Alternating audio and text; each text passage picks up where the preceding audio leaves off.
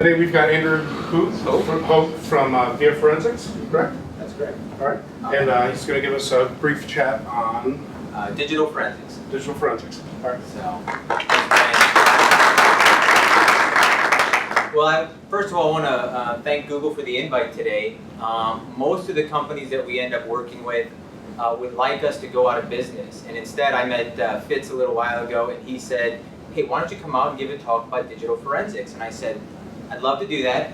I said, I gotta let you know, there's a lot of people at Google that may not like some of the things that we've uncovered, some of the chats. He's like, doesn't matter, come on out, we want to hear about it. So I want to thank you guys for the chance to be here. We're going to talk today about digital forensics, and obviously with the crowd that's here today, it's going to be a very technical talk. But if you have any questions in the middle of it, go ahead and interrupt me. Let me know if you've got questions in the middle. Otherwise, we'll cover some at the end. viaForensics has been around since about 2008. My background is a computer scientist. I've held various management roles at different companies, and then in about 2008 we started viaForensics. We've got a couple books. They literally came out this week. One of them is on Android forensics, which is my particular specialty. The other one's on iPhone forensics, which I'm sure will be a big hit here. So those just came out, and we focus on both forensics and data security. We've got a couple patents pending in this space, and I also do quite a bit of expert witness work. So in the forensic space, you actually have to have certifications, and then you can be an expert in state and federal courts. I'm also tried and true geek. Like most of you, I've been using Linux for quite some time.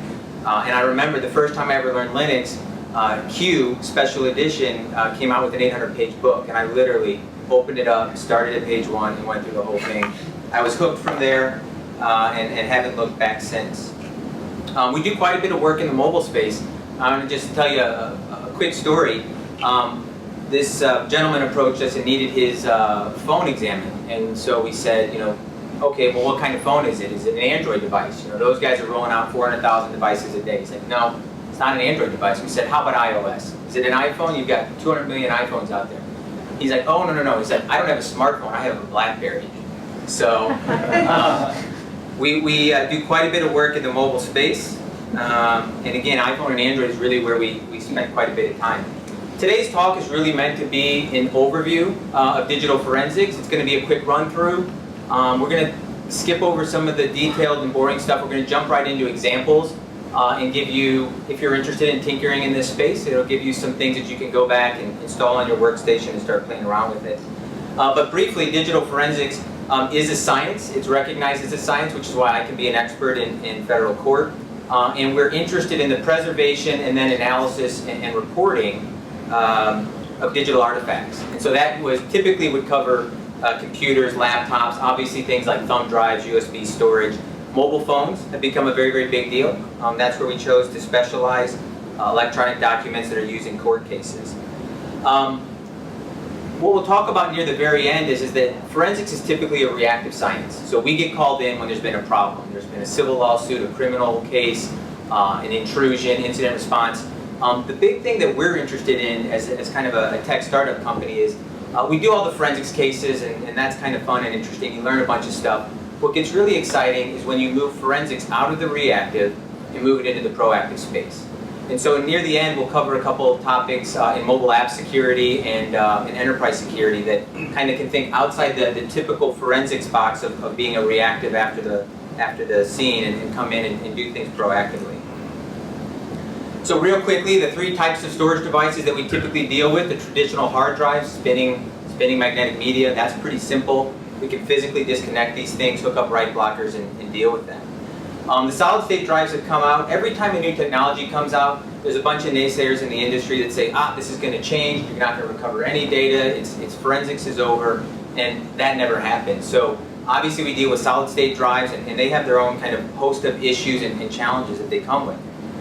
Where we really play in quite a bit, and it's similar to the solid-state drives, but basically in the raw NAND flash memory.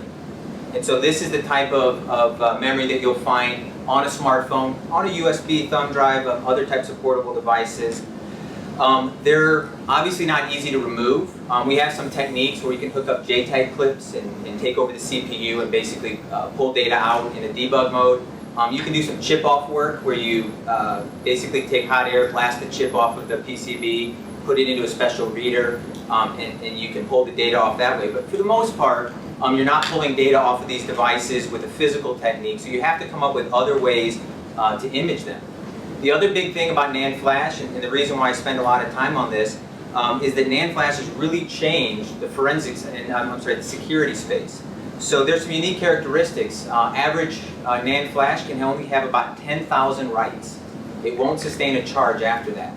And for that reason, the Android team here at Google and the folks at Apple and a number of other companies developed or chose special file systems that are optimized for NAND storage. And we'll come into that in a little while when we talk about the types of data that you can recover off of that. The other thing too is that in the forensic space we're very interested in preserving a piece of evidence and proving to the court or whomever it may be that we have an exact copy. In traditional hard drives that was very simple for us to do. We pull the plug, hook up a write blocker. If you don't plug that thing back in and you image it 10 times, we'll always be able to verify that we have a bit-for-bit copy. NAND flash memory, thumb drives, solid-state drives, it's impossible to do. The reason is that there's a lot of drive management and things going on behind the scenes, and it prevents you from getting an exact copy. So we'll talk about some strategies to get around that, but NAND flash memory is the other big type of storage that we deal with considerably. So in the forensic space, we have to talk about how are we going to acquire data. There's three primary things that we do. And the most simple approach is essentially doing backup files. We'll get these in court cases that are involving e-discovery, where we don't have to come in and look for deleted data. They really just need to get a bunch of files out, take a look at them, and then analyze it. We also do this quite a bit on iPhones, where we'll do a backup of an iPhone, and then we'll basically logically analyze the backup files that came off. You'll see them in email files, Word docs, all different types of documents. It's the least forensically sound, it's the most uninteresting from a technical perspective, and it's probably the largest thing that people do because most cases simply don't warrant the other techniques. A second approach, and kind of emphasizing this in the mobile space, is the logical acquisition. So on an iPhone or an Android device, we can pull out data through content providers, we can pull out data from the Apple backup protocol, but what if we could get into the phone and basically do a tar gzip of the entire file system? Now I'm not going to get deleted data, but I can get anything in /mobile or /data and everything underneath there. So there's the type of acquisition that we do, and you can do these on Windows computers too, where you're not pulling out all the unallocated space, but you are going in there and preserving the date timestamps and everything of that sort on the actual file system. So we consider that a logical acquisition of a device. And then kind of the gold standard and what we really strive for in the forensic space is a physical acquisition. Physical acquisition is a bit-for-bit copy of the storage medium when we did our acquisition. In the traditional hard drive space, we can repeat and verify that. But again, in the NAND flash memory and the solid-state drives, you're getting a point-in-time copy. The device, whenever it's powered on, even if it's connected to a write blocker, will always be changing behind the scenes. The nice thing about a physical acquisition is that we can easily recover deleted data out of those. And there are some specialized tools, some specialized software, hardware out there that we use in order to do the physical acquisition. But in terms of just kind of tinkering, anybody could hook up a drive and do a physical acquisition with basically a SATA to USB adapter. And you hook it up to a Linux box. We'll go through some of the tools that you can use to do that. So physical acquisition is really the kind of the gold standard of what we're looking for. Now, how do we do the verification of the data that we have an exact copy? Well, it's very simple. We simply do hash values. It's accepted in court. Everybody essentially knows how they work. For those that may not be familiar, it's just a hex value that's calculated with some sort of input of data. The nice thing about the hash values, of course, is that a single byte change in your source data will have an avalanche effect and will have a radically different hash value. So we use hash values, they're admissible in court, and it allows us to say that these two data sets are identical, I have an exact copy of the original, I did all my investigation on the copy, now we're good to go, we don't have to reproduce, or we don't have to produce that physical media every single time we reference it. And again, this is the challenge in the NAND flash and the mobile space, is that we just can't get a hash signature to stay the same if you image that same device multiple times. So you kind of do a point-in-time hash signature and basically say, this is what it was, data hasn't changed since then, and we're going to operate off of off of that data set. The two common ones, MD5 is what most people use. The forensics folks are starting to move to SHA-256 because there's a possibility of some collisions now that the number of files has increased. And again, for anybody that hasn't seen like an MD5, if you took my name and ran it through MD5, here's the hex signature at the bottom of this slide that you would get out for that particular data set. We do this on entire drives. Yes? Sorry, so,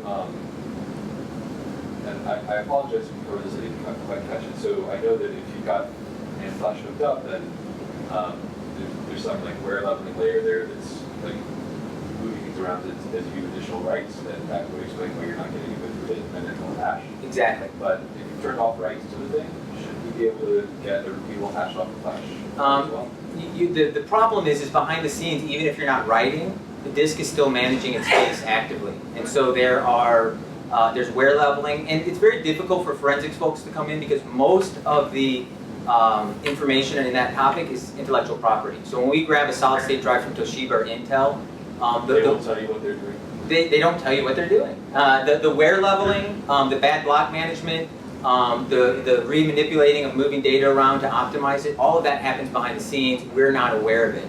Now we'll talk about how Android's a little bit different. We have some more access in the Android space. It's still problematic, and you don't even have to write anything. You can literally hook up a write blocker. Nothing is being written, and it'll still come out with a different hash value. So let's talk for a minute about how to acquire a hash, a forensic image. So just conceptually, if possible, if you're dealing with a solid-state drive that you can pull out, or if you're dealing with a traditional hard drive, you hook it up to a physical write blocker. These are little black boxes. You can buy them from Tableau and a number of other companies.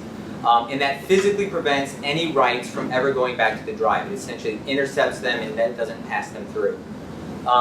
There are software techniques you can use. Linux, you can flip some flags. Windows has got a USB driver. If you're really doing something for Cord or maybe use somewhere else, don't go the software route. Invest a couple $100 in a write blocker, a physical write blocker. And again, this is essentially impossible to do in the NAND flash space unless you do a physical chip removal and put it on a chip reader, where you're circumventing, essentially all of that flash translation layer and things of that sort. Then you physically acquire the device with software. We don't do a lot of commercial stuff. In fact, I don't think we do any commercial tools in-house for this.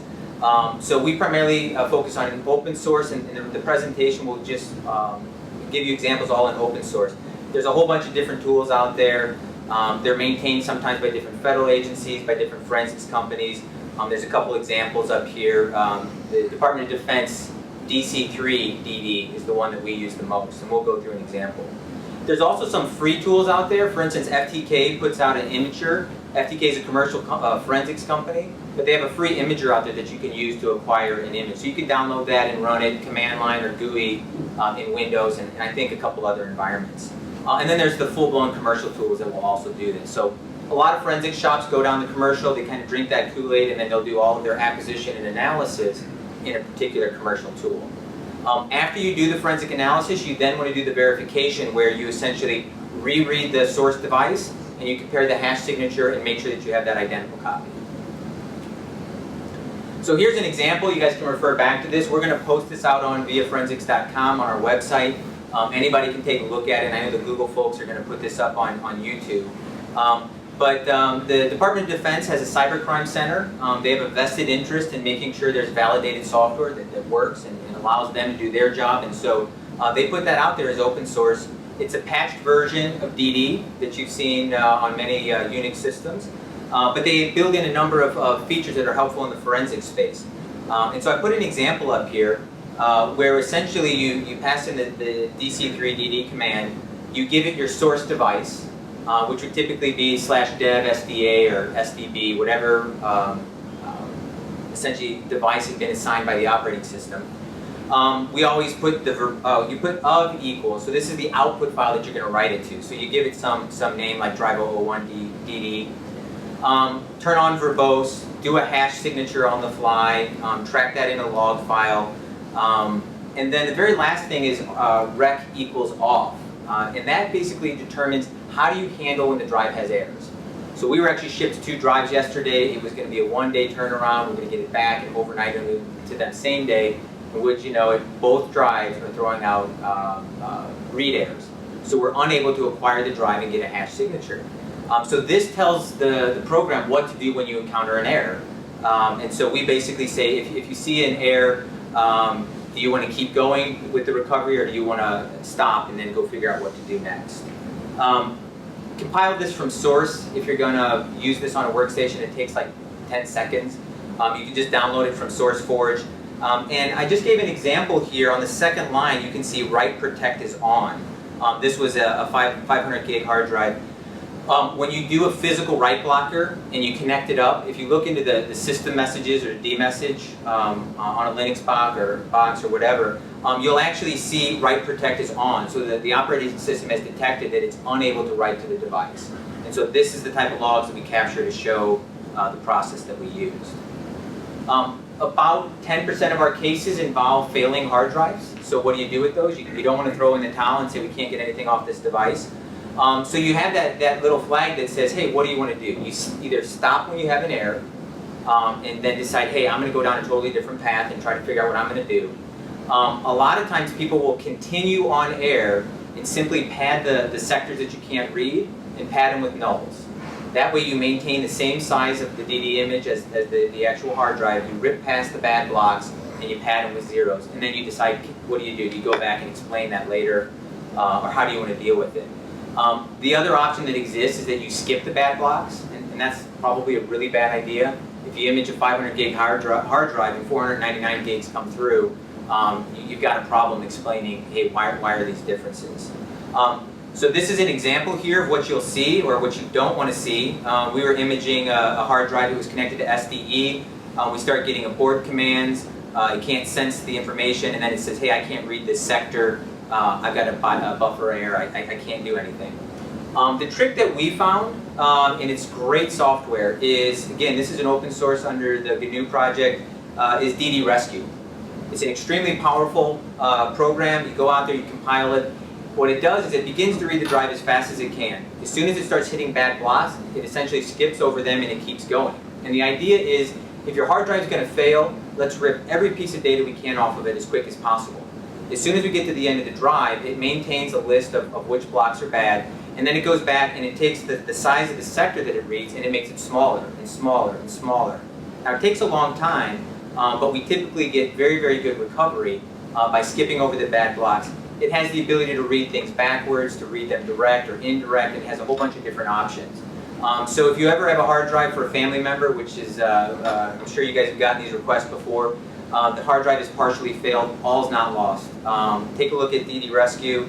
It's a great program, and again, you can just download that and compile it. So I want to spend just a quick overview on what does a typical forensic investigation look like. And I say typical because there really isn't a typical one, but there are a number of steps that you ought to consider. We believe very, very strongly in building a timeline of events. It's the first thing that we want to do when we get a computer. We want to figure out the entire, what we call MACB, the Modified Access Changed and Created timestamps on the entire file system. We want to rip through the metadata inside the files themselves, and we want to build an entire timeline of anything that happened on that device. And then we can zero in and say, this file was modified at this time, we saw a registry change here, somebody connected a USB drive, and we can find out everything that was happening. So the first thing that we do is we create a timeline, and I'm going to step you through these in some examples. You don't have to mount the DD image to do that, so we've got some special software, open source software that will allow you to do it. We then mount the DD image as a read-only. So again, we're only working on the copy, but we mount that read-only. We list off every file that's on there and every file that the file system is aware that's deleted. So we list off every single file, deleted and undeleted. And then we begin to analyze key files. If you're in the Windows space, you're going to be looking at registry files, link files, user profile, web history, whatever it happens to be. If you're running in Ubuntu or Linux, you're going to look at the bash history. You're going to look at the recently run programs.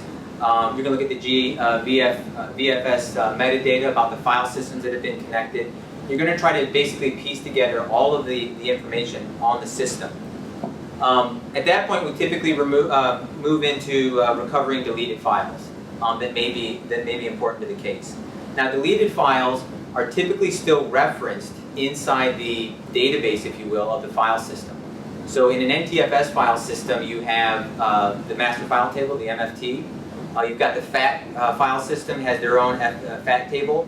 It is essentially a list of all of the different files it's aware of, where their inodes, where do they point. And when you delete a file, the entries can still exist in that master database. So we'll go into the NTFS database, the MFT, and we'll parse out and then decide, can we recover some of these deleted files?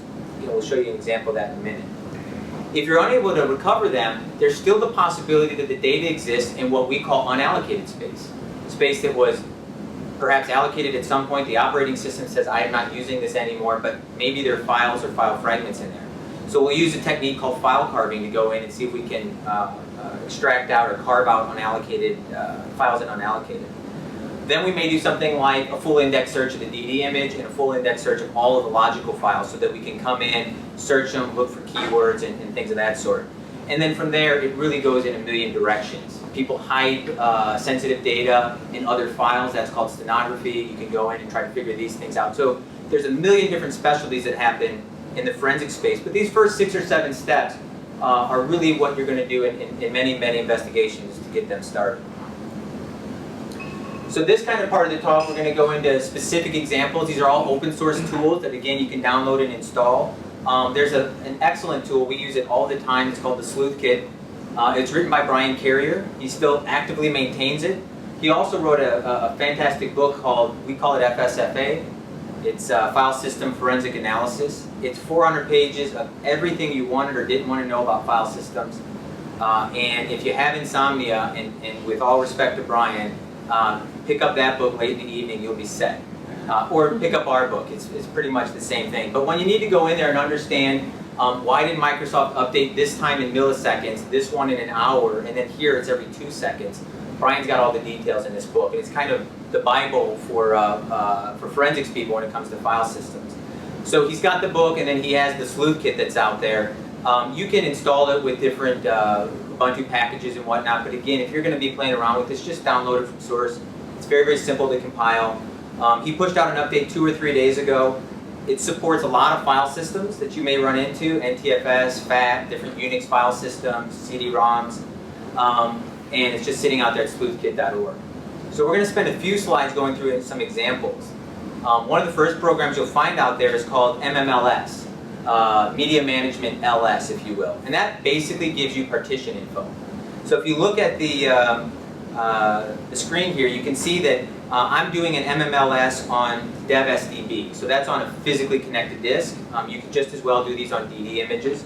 And you can see each one of the different pieces of the file system. It's probably quite obvious here that we're dealing with a Linux file system. You can see that, and this is very, very common, the DOS partition table is typically 63 bytes long. The first byte tells us everything that we need to know about the file system, and then you've got 62 bytes that are essentially unused, unallocated. So that's why you see the primary allocation table and then unallocated. And then you can see that we've got a Linux partition, ext3, and you go down the table and you can see all the different data. So this would tell us on a physical device or a DD image, what does the file system look like, where should we be looking for data. In a lot of cases, we're going to jump right into the ext3 or the NTFS. If we've got somebody that's very good technically, we might start looking at unallocated space and say, you know what, somebody could hide data physically on the drive and move it into an unallocated partition. That's easy enough for us to see here, detect, and kind of focus the investigation. So MMLS will give you that background information. The next thing that you can do is you can run a program in the Sleuth Kit called FSStat, File System Statistics. It'll give you a lot of information. Now in this particular one, you'll see I switched to a different file. This time I'm looking at a DD image on a WebOS taken from a Palm Pre. So this is a DD where we went out, we got a physical image of a Palm Pre that was running WebOS. We had done a secure erase on it, and we wanted to see how effective is secure erase on WebOS. And so by doing FSStat, you can see, and a lot of this didn't fit on the screen, so I just kind of cut it off after the first couple lines. But you can see information about the file system. What file system, what was the volume ID, when it was last written or updated, mounted, a whole bunch of information, and it gets into all the metadata, and then we'll individually list out each of the files and the inodes, what files they're connected to, and essentially allow you to traverse that tree and recover information. So that's FSStat. Now the one that's really interesting, we use quite often, is something called Forensics List or Forensic LS. This is a utility where we can come in and we can query things like the master file table, the MFT, that's part of NTFS, and we can say, rip through that whole database and tell me everything that you see on the system.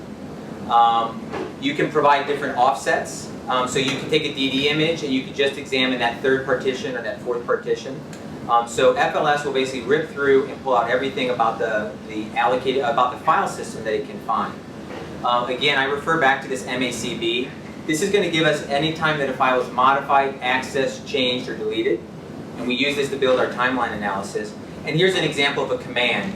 Running FLS, putting it in central time, otherwise it would be in GMT. We track what the skew is in terms of the real time versus what the BIOS is reporting. So when we do investigation, we boot up the computer, we look at the atomic clocks that we have, we look at the BIOS, we figure out there's a 3-second skew, and that's probably important in like an incident response, where we have to come in and try to decide whether or not something happened 3 seconds ago, and it matters for matching up logs. So you can tell it what the skew offset is, you give it a label, a file system, some offsets, and then you basically point it at the file. So in this particular example, we're actually looking at down here in the command, I did it against a NTFS file system. And you can begin to see, and it's difficult to read, the next slide will address that, the different files. If you notice, there is about halfway down, there's one that says $MFT, and then $MFT mirror. Those are the two NTFS databases that track your entire file system. It actually stores a primary MFT and then it mirrors the MFT. So if somebody tries to wipe out their entire system, we have the ability potentially to come back and grab the mirror MFT and essentially recover what had been mirrored by the operating system. So by looking at it from a forensics perspective, we're actually looking at the $ special files that you don't have access to through the normal operating system, and we can then parse that information out. Now looking at it in this format is a little challenging. So the file that you create there is called a body file. It's just the terminology that the forensics community came up with. And so what you do is you then take a program called MacTime, and you point it at a body file and you say, hey, I need to make this human readable. So give me something that's better to use. And so for instance, what we'll typically do is we'll put it out to CSV. And then we can hand this off to attorneys who can go in and filter it and say, hey, show me everything that was modified at this time, or show me anything that was deleted, or whatnot.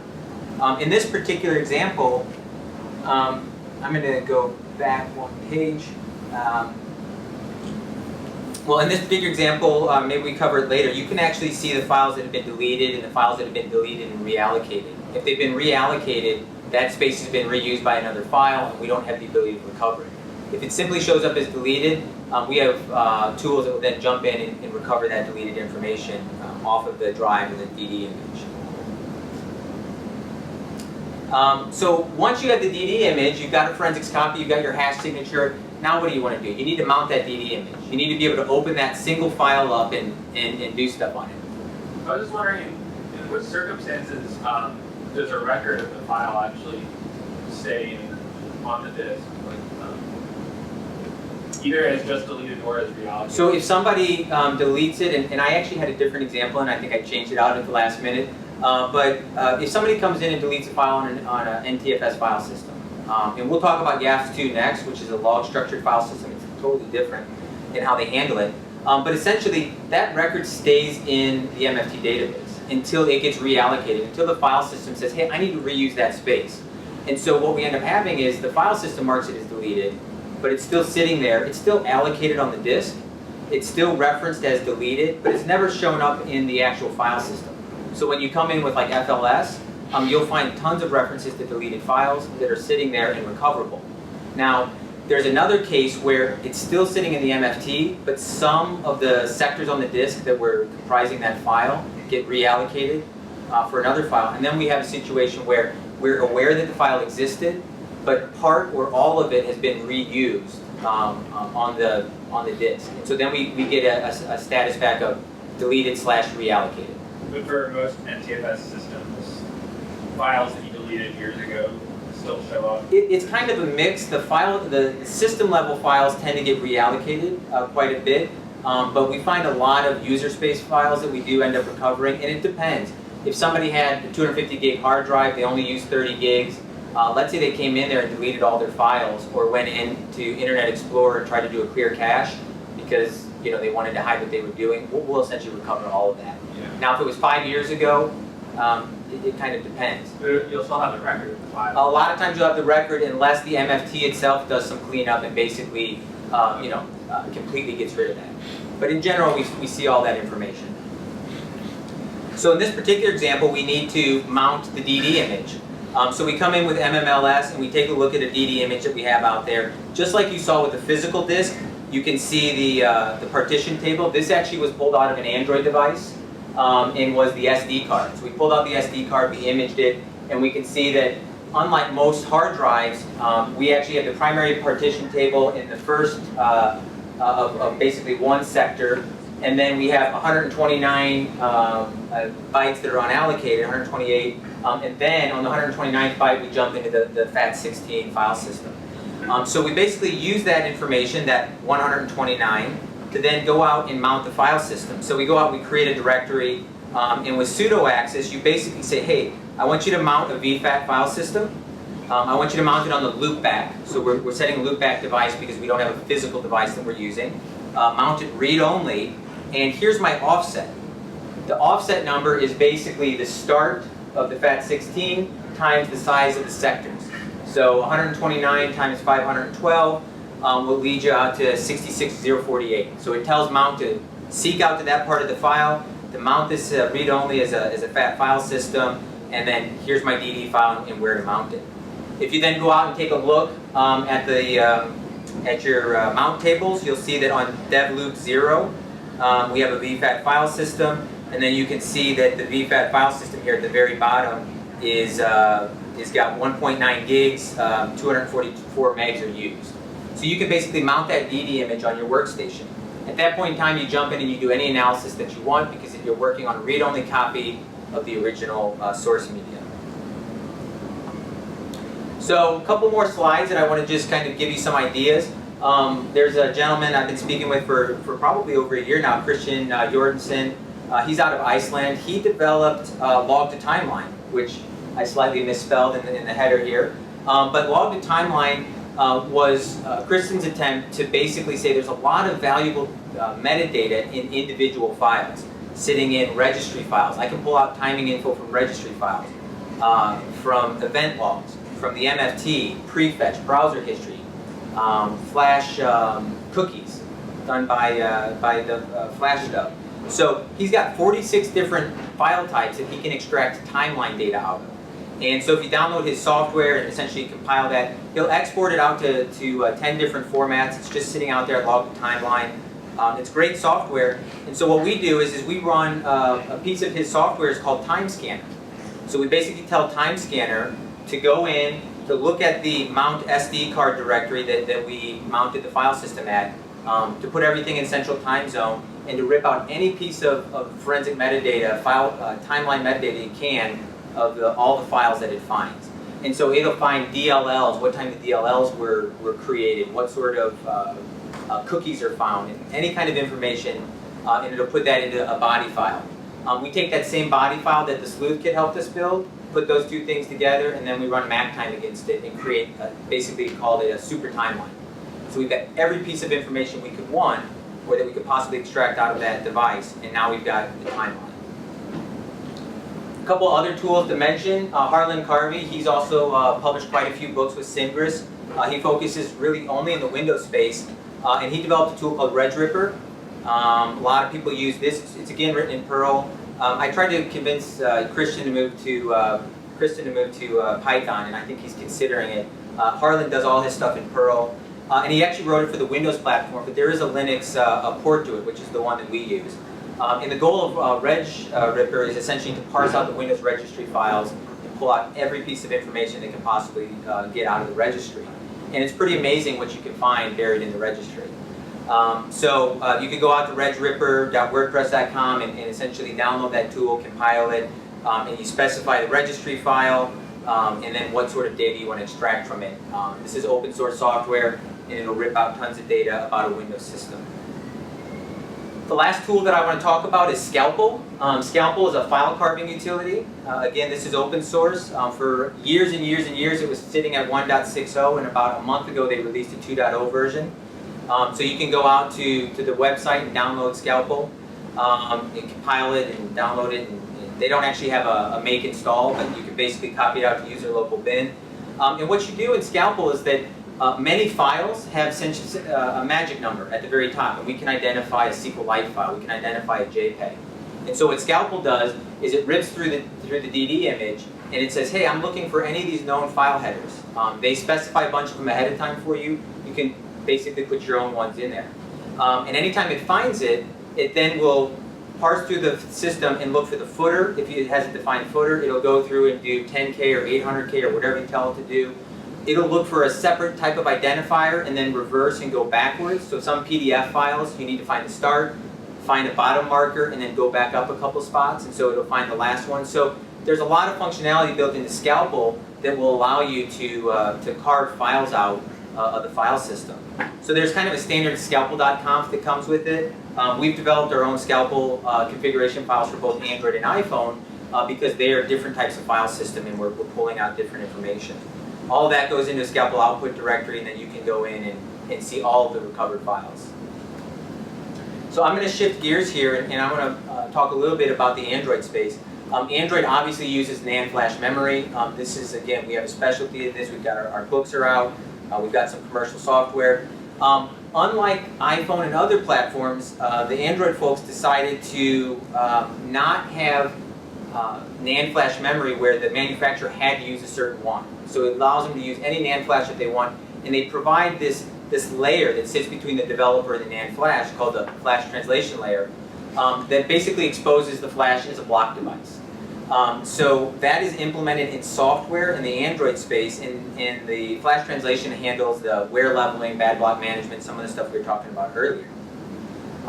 In Android and in Linux, the flash translation layer that most people use is called MTD, Memory Technology Devices. Again, it's another open source device. The newer Android devices, Samsung started doing this first. They're actually beginning to move away from MTD, and they're coming out with their own NAND flash chips that have the flash translation layer built into the firmware. It's already baked in, so we don't have the same kind of access we have in the earlier Android devices. So those are built into the firmware, but on a lot of the other phones, we still have the dev MTD devices where we can do our physical imaging. Now, MTD divides the memory essentially into different blocks. The setup is a little different than a traditional hard drive. You're normally looking at a 128K block, and there's a 64 bytes of out-of-band data that's stored inside the block for each chunk or each particular page. And inside that is where, for instance, YAFS2 stores a bunch of metadata, bad block, error correction code, things of that sort.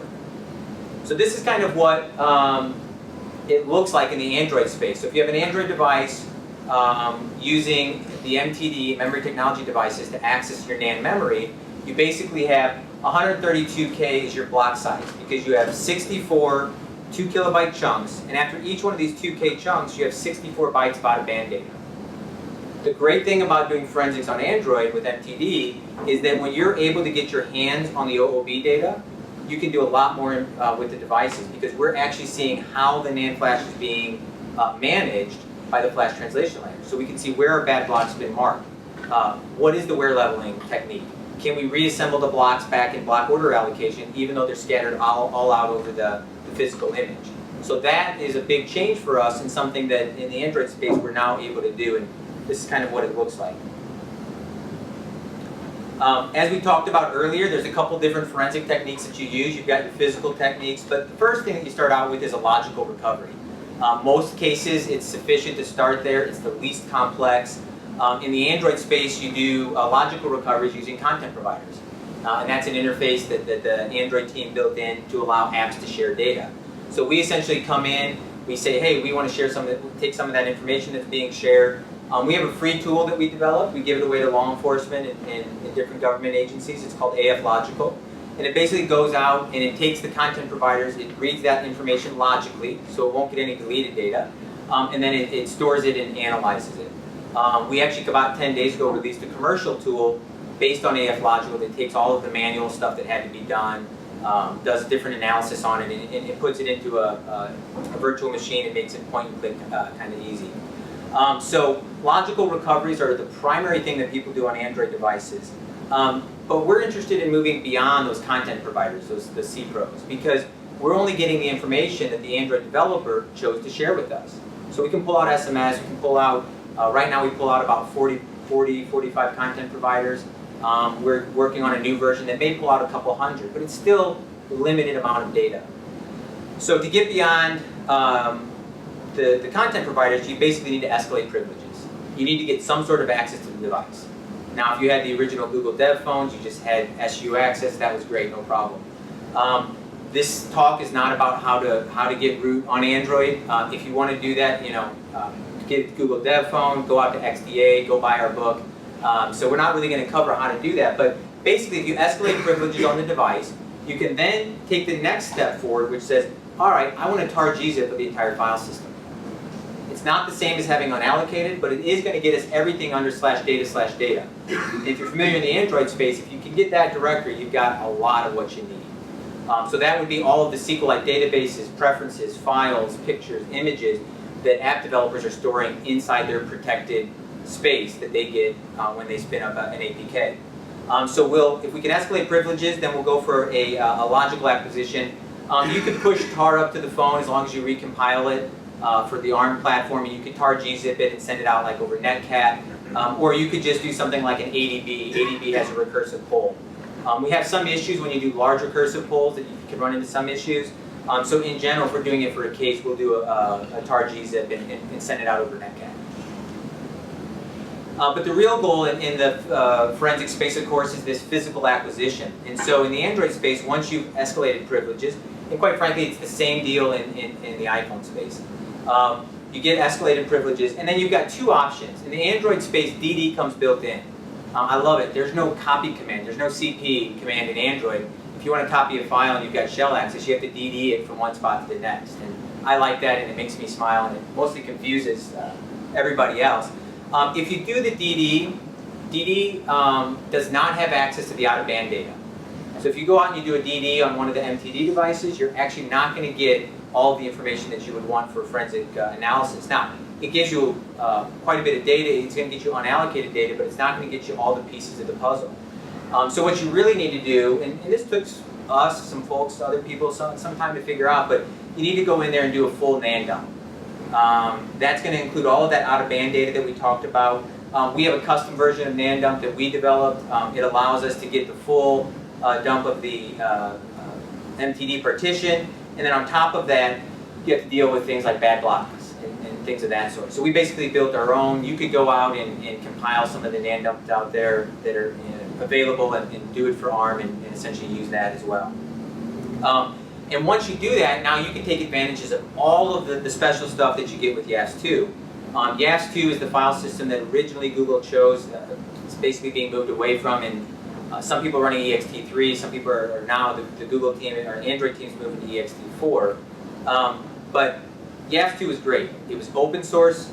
It's a log structured file system. So the best way to think about that, and I had to look it up when I first read about it, is that it's essentially like source control in your file system. Because it doesn't go back and ever rewrite a block, it can only erase a block and then write the data there. It just says it's more efficient for me to write at the front of the log. So if you have a file and you change a couple bytes in it, it just says go ignore that previous byte and rewrite that entire block at the front of the log. So what we get when we analyze a YAS2 file system, if garbage collection hasn't occurred, is basically an entirely versioned file system, and we can recreate every single state that the file was ever in. Now, of course, in practice, you have to reclaim space on the device, and so garbage collection occurs, and so we may end up having fragments of different files. But in fact, we get a very, very dramatic recovery from a YAS2 file system. I don't think we've been geeky enough, so I want to take it up one more notch here and say that let's take a look at YAS2 from a hex editor standpoint. So if we're you have access on a device, you can get into the dev MTD. So here we do a NAND dump of the dev MTD, and I wanted to get rid of a bunch of zeros and Fs that go flying by. It's important to the file system, but it's not that interesting when we're looking at it on screen.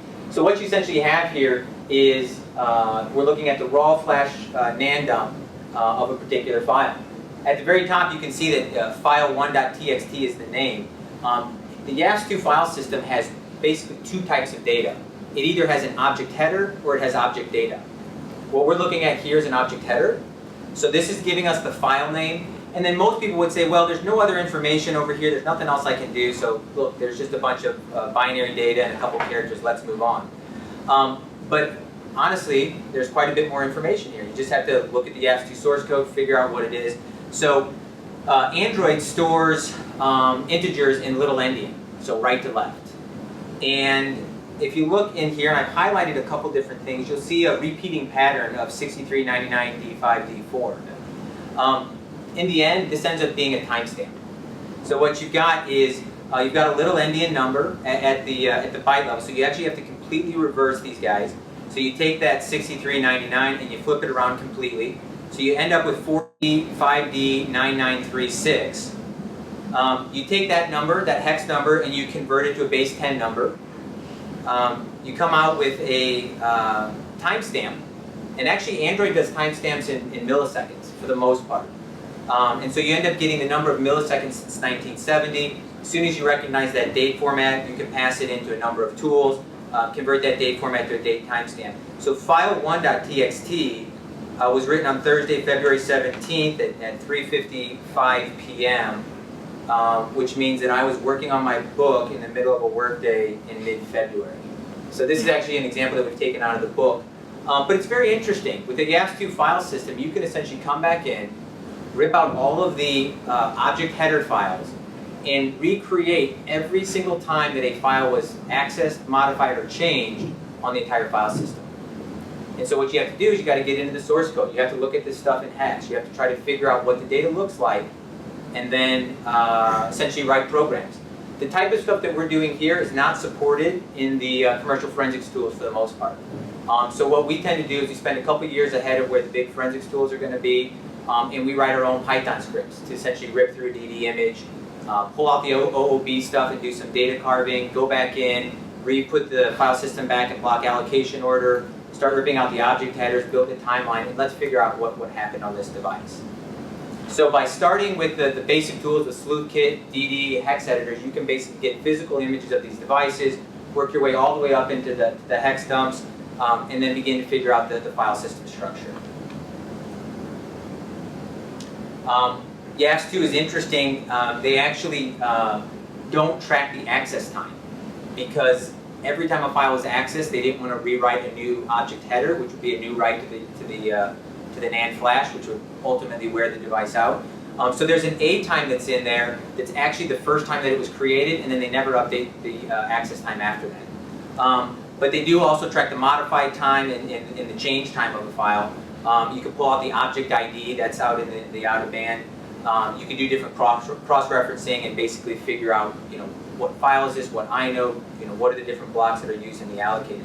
So we could build that entire timeline, and then you can also go in and begin to carve out files and other pieces of binary data that might be of importance to your investigation or your analysis. So the last slide to kind of wrap this up, this is all kind of interesting stuff. It's Android, it's iPhone, it's whatever the different files. So you can do this on anything that's out there. But the forensic space is a kind of in the corner of security. So you've got security that sometimes sits to the side, and then in the side of that, we're all the way off in the corner. So we're the guys that don't get out of the lab that often. And for a commercial forensics company, the traditional technique was do more investigations. How do I get bigger? I do 10 times investigations, and then 10 times that. Maybe someday we could have a couple hundred employees doing investigations. There's a change that's happening, and we like to think that we're kind of at the forefront of that. While we find the forensic investigation and the hex analysis fascinating, what's far more interesting is if you take this reactive science of forensics and say, let's not call the forensics guys in after there's an incident. Let's kind of invite them to the party ahead of time. We want to be in the nice offices and have the nice foosball tables and hang out with you guys. So let's get us out of the corner and move us into the proactive space. And when you apply forensics into the proactive space, amazing things happen. And I want to just give you a couple quick examples. You can check this stuff out online and take a look at it. The first thing that we do is we do some basic mobile app security testing. It's low-hanging stuff. I mean, it's kind of the easiest of the easiest. So you go out there, you take a device, you may have privileges on it, you may not need privileges depending on what's shared through the content providers or what Apple comes in the backup utilities. And you go out there and you look for data that's essentially stored on the device in an insecure fashion. Now we've been doing this for a little while. We've got about 100 mobile app reviews out on our website. You can take a look, you can filter it, you can see what applications are storing data in an insecure fashion. So what's interesting about this? Well, by using forensics, we can spot different issues that we may say to the development team, hey, there's a better way to store this information. Now, we can have lots of debates about, well, if you're storing information on a device and you encrypt it, and the user's not going to type in a 32-character, key file every time they want to access their SMS, have you really secured the information? And in the space and in the mobile space, especially you look at the threat to consumers. The main threat to consumers are cyber criminals, people that want to steal their identity, they want to get financial information. So what they go for is the easiest stuff, the lowest hanging fruit. If they have to come in, compromise a device, perhaps remotely, get in there, find out what programs you're running, try to pull the encryption keys out, get that data off, and then maybe get a username or a password, it's way easier for them to just take all of the different apps that store your username and password in plain text and just copy them all. So there's kind of this, yes, you can't necessarily fully secure a device if somebody gets root on it, but you can make it far more difficult for them. And so that's one space where we apply forensics to mobile app security, and you take a look at what sort of data exists on these devices. I actually did a presentation down at American Banker Conference, I think it was a week or so ago.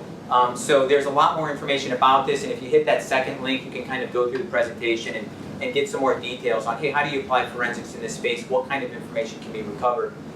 We have a very simple rating of pass, warn, fail.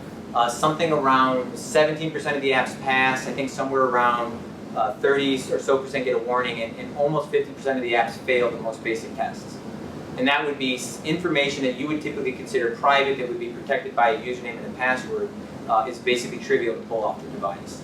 So that's kind of an interesting space, applying forensics proactively to the security space and saying, what can we find out about these devices so we can change some of our development techniques and only store the information that really needs to be stored there.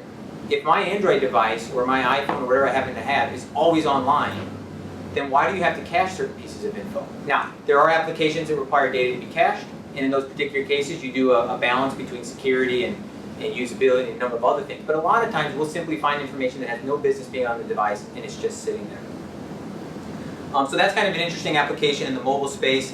The other space I want to talk about is that when forensics guys get called in, incident response guys get called in, we'll come in, we'll look at a computer or we'll look at a server, and something happened. It may have been an hour ago, most likely it was a day or a week or a month ago. And we basically are told, hey, something happened, can you help piece together the puzzle? And we're actually really good at that. But it's a really tough job. So we'll come in and about 70 or 80% of what we need to tell you what happened is gone. Network connections, RAM, link files, somebody cleaned up after themselves, it's gone, we can't ever get it back. Windows does a great thing. Windows will only track the last time you plugged in a USB drive. And that's also only when it feels like it. Sometimes it just doesn't track it at all. So we come back and somebody's like, well, we know this USB drive had sensitive info on it. How many times did they connect it? We can't tell you. Windows doesn't track it. So instead of coming in after the milk has been spilled and trying to put Humpty Dumpty back together again, there's a totally different way to approach this problem. Forensic metadata is actually pretty tiny. If you look at a registry file, it's a couple megs. So if you have a key server that has potential information that may be taken off of it, don't wait until you get compromised. Just pull those 3 megs off every day, every hour, every 15 minutes. You guys know something about storing data and putting it in a database and analyzing and making sense of it, right? So why not just store that information somewhere? And so that's what we do. One of the other interesting things, we call it continuous forensics monitoring. But the idea is, let's not wait until something happens. Let's simply get ahead of that. And now you have an exact copy of everything that you need to know. And if something happened a day or a week ago, guess what? We'll just pull it up. Oh yeah, all those USB drives were connected. You guys missed it. We missed it. We weren't monitoring it. But I can tell you who, what, when. I can tell you the network connection. I can tell you what happened. So there's a really interesting space, and I just wanted to share it with you guys to think about. If you kind of get into the forensic stuff and you start tinkering, it's interesting to find out what's sitting on your device. It's far more interesting to think about how can you take the forensic science and apply it proactively to security. or to improving development techniques so that we can come up with more efficient ways or more effective or more secure ways to store information. So, our big goal is to get the forensics guys out of the corner, and we appreciate the opportunity to be with you here today. We share tons of information on our website. We update our blogs. We have lots of how-tos out there. So if anybody wants to talk to us about it, here's how you get a hold of us. And by all means, buy our books, give us a call, and thanks so much.